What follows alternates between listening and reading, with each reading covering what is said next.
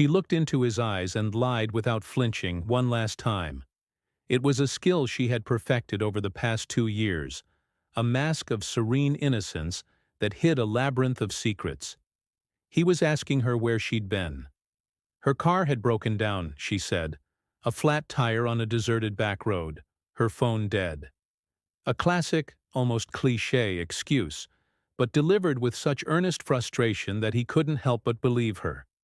He wrapped his arms around her, kissing her forehead, telling her how worried he'd been. She nestled into his embrace, her heart a cold, heavy stone in her chest. This was James, the man who had given her everything, a beautiful home, unwavering support, and a love so pure it almost felt like a fairy tale. And she was shattering it, piece by piece, with every lie, every stolen moment with someone else. The lie about the flat tire was just the latest in a long, tangled web. It had started small. A late night at work that was actually a drink with Michael. A girls' weekend. That was a trip to a cozy cabin in the mountains with him. Michael was everything James wasn't. Spontaneous, dangerous, a thrill. He made her feel alive, desired in a way she hadn't felt in years. With James, life was comfortable, predictable, safe. With Michael, it was a whirlwind, an exhilarating dance on the edge of a cliff. She told herself she could have both, that she could keep her two worlds separate. She convinced herself that what James didn't know wouldn't hurt him. It was a dangerous game, and she was the only one who knew the rules. But the guilt was a persistent shadow creeping into the quiet moments, whispering poison in her ear as she lay next to her sleeping husband. James wasn't naive, but he was trusting. He loved her with a blind devotion that made her deception feel even more monstrous. But small things had started to prickle at the edges of his consciousness. The scent of a cologne that wasn't his clinging to her scarf. The way she guarded her phone like it was a state secret. The vague answers and sudden, unexplained expenses. He'd tried to ask, gently at first. She'd always have a plausible explanation, turning his questions back on him, making him feel foolish and suspicious for even asking. Was he becoming one of those jealous husbands? He loved her so much, the thought of losing her was unbearable. So he pushed his doubts down, choosing to believe the beautiful lie she presented to him every day. He wanted to believe in the woman he married, not the stranger she seemed to be becoming. The beginning of the end came on their anniversary. James had planned a surprise. He'd booked a table at the fancy restaurant where he had proposed, bought a stunning diamond necklace, and left work early to fill their home with candles and roses. He sent her a simple text. "Hurry home, I have a surprise for you." He waited, his heart thumping with excitement. An hour passed, then 2. He called her phone. It went straight to voicemail. Panic began to set in. He called her office, but they said she'd left hours ago. He called her friends, who had no idea where she was. As the candles burned down and the roses started to wilt, a cold dread replaced his excitement. It was the same dread he'd been trying to ignore for months, but this time it was too loud to silence. Just after midnight, she finally walked through the door. Her hair was messy, her lipstick was smudged, and she reeked of cheap wine and a man's cologne. The practiced excuses, the careful lies, they all died on her lips when she saw his face. He wasn't angry. He wasn't yelling. He just looked broken. On the table, amidst the melted wax and drooping flowers, lay the open box with the diamond necklace, glittering under the dim light, and next to it, a small stack of photographs.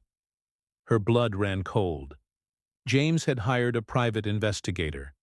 The photos were undeniable proof of her betrayal.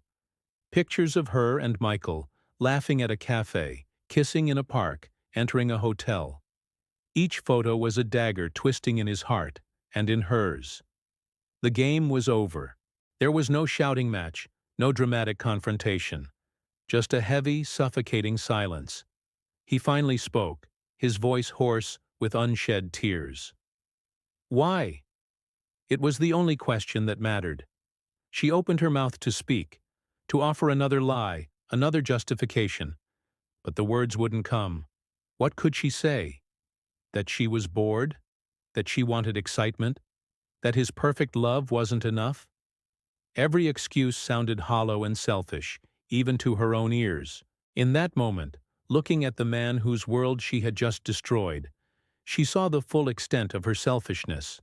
The thrill of the affair was gone, replaced by a profound and soul-crushing shame. She had gambled with the most precious thing she had, and she had lost everything. He asked her to leave. He didn't want to hear her apologies or explanations. He just wanted her gone. As she packed a bag, her hands trembling, she moved through the house they had built together like a ghost. Every object held a memory. The coffee mug he'd bought her on their first trip. The painting they'd argued over for a week before laughing and buying it anyway. The worn-out armchair where they'd cuddle and watch movies. These weren't just things. They were the building blocks of their life, a life she had single-handedly demolished. She had traded this beautiful real life for a fleeting, counterfeit excitement. The weight of her choices was crushing. She had gained a temporary thrill but lost her home, her partner, and her own self-respect. Standing at the doorway, bag in hand, she turned to look at him one last time. He was standing by the window, his back to her, looking out into the dark night. He didn't turn around. She wanted to say something, anything, to fix the unfixable. But there were no words. "I'm sorry," felt like a pathetic insult. She quietly closed the door behind her, the soft click echoing the finality of her actions. As she stepped out into the cold night air, alone, she was hit with the stark reality of her situation. She had lied to him for the last time, but now she had to face the most difficult truth of all, the one she had been hiding from herself. She had broken the heart of the best man she had ever known, and in the process, she had broken herself. The loneliness that awaited her was a prison of her own making. The weeks that followed were a blur of empty apartments and lonelier nights. She tried to continue her affair with Michael, but the thrill was gone. Without the danger and secrecy, their connection felt shallow, almost meaningless. She saw him for what he was, an escape, not a future. He couldn't fill the void that James had left. The comfortable silence, the inside jokes, the feeling of being truly known and loved for who you are. Those were things Michael could never give her. Her grand adventure had led her to a dead end, a desolate place where she had nothing but her regrets for company.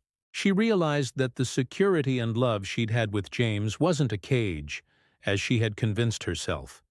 It had been her anchor, and now she was adrift in a storm she had created herself. One day, months later, she saw James across the street. He was with someone else. They were laughing, and he looked happy, genuinely happy. A sharp, painful pang of jealousy and regret shot through her, but it was followed by something unexpected, a small sense of peace. He deserved to be happy. He deserved someone who would cherish the love he gave so freely. Seeing him move on was the final, painful confirmation that her chapter in his life was truly over. She had looked into his eyes and lied one last time, believing she was in control. But the truth had a way of revealing itself, and in the end, the only person she had truly fooled was herself. The story of their love had ended, not with a bang, but with the quiet closing of a door and the devastating silent realization of what she had thrown away. Thank you so much for watching. If this story resonated with you, please hit that like button and subscribe to the channel for more content like this. We'll see you in the next one.